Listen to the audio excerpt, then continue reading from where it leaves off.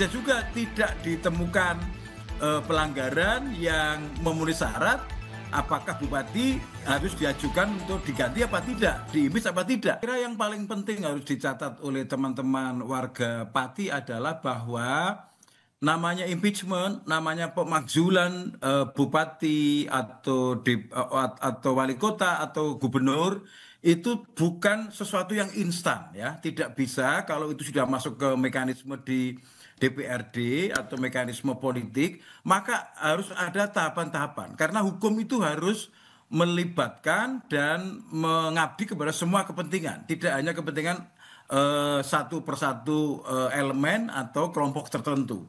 Oleh karena itu tadi saya katakan, yang sekarang hari ini dirapatkan oleh DPRD sebetulnya tahap paling awal untuk melakukan proses-proses politik secara formal.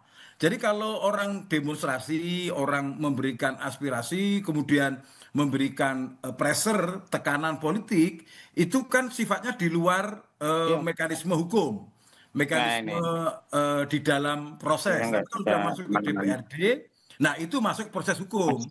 Berarti di situ ada unsur-unsur yang harus dipenuhi. Misalnya DPRD harus sepakat bahwa hak angket ini dilakukan. Kalau sudah dilakukan, kita setuju membuat hak angket ini digulirkan, berarti ya habis itu membentuk pansus, ya kan? Pansus ini bertugas apa? Melakukan pemeriksaan terhadap bupati dan kebijakan-kebijakannya yang dinilai tadi tidak menguntungkan atau merugikan masyarakat.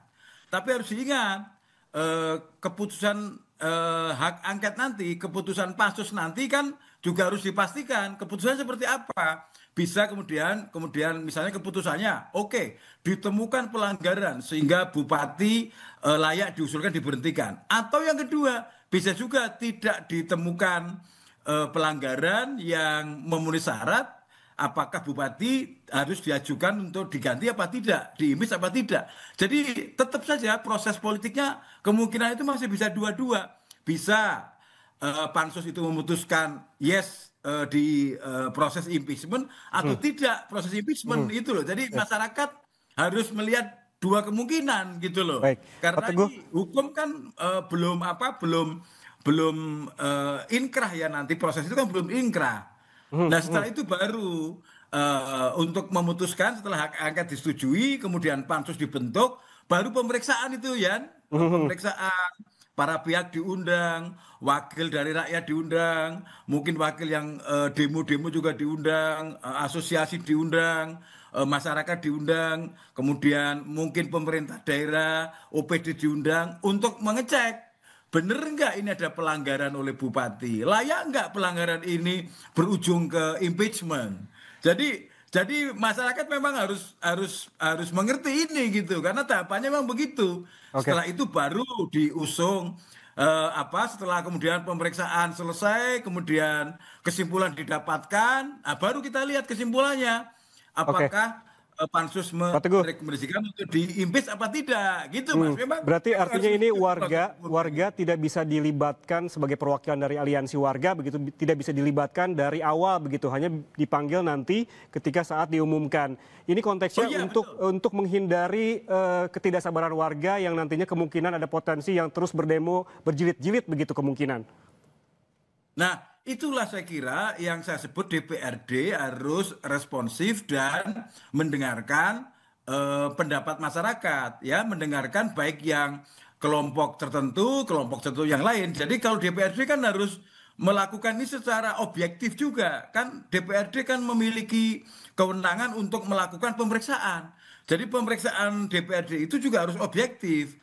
Kalau perlu juga pansus itu bisa mengundang para ahli, para pakar, bisa pakar hukum, pakar sosial, pakar politik, pakar ekonomi, untuk memastikan jangan sampai keputusan pansus nanti tidak benar, misalnya hanya karena diambil karena emosional, diambil tidak objektif. Jadi memang ini semua harus mengerti bahwa proses-proses di DPRD itu memang tidak bisa gegabah ya, harus hati-hati supaya tidak ada celah-celah hukum yang kemudian nanti bisa berproses terhadap gugatan-gugatan. Karena DPRD juga berpotensi digugat juga kalau misalnya keputusannya tidak objektif. Jadi kalau itu dipercayakan oleh DPRD, dua kemungkinan, masyarakat menunggu proses di DPRD atau masyarakat ikut mengawasi Oke. sidang-sidang yang ada di DPRD, gitu ya. Oke, berarti ada potensi juga, ada kemungkinan, kita tidak tahu berapa persen, DPRD juga bisa dituntut begitu apabila memang keputusannya tidak sesuai dengan desakan warga, begitu? Ya, dua kemungkinan memang, dua kemungkinan artinya kemudian nanti demonya bisa bergeser misalnya dari bupati yang mau diimpeach kemudian kepada DPRD, mungkin DPRD dipandang tidak responsif, DPRD dipandang tidak follow up dengan baik. Jadi berbagai macam kemungkinan masih bisa terjadi. Oleh karena itu, ini kita lihat sekarang hasil rapat hari ini seperti apa, nanti hak angketnya seperti apa, pansusnya seperti apa, kerja pansus seperti apa, apakah kerja pansus bisa diawasi, seperti apa pengawasannya. Itu memang proses yang tidak pendek dan harus serius ini, Mas. Ini karena ini dilihat oleh semua orang di Indonesia dan bahkan di dunia ini yang terjadi di Pati hari ini. Oke, Pak Teguh, kita sempat menyinggung soal tadi DPRD bisa saja nanti memanggil ahli begitu untuk digali keterangannya terkait hal ini. Tapi kalau kita melihat kebijakan-kebijakan kontroversial yang diambil oleh Bupati Pati ini sudah dibatalkan terkait juga dengan salah satunya adalah kenaikan pajak ataupun PBB sebesar 250%.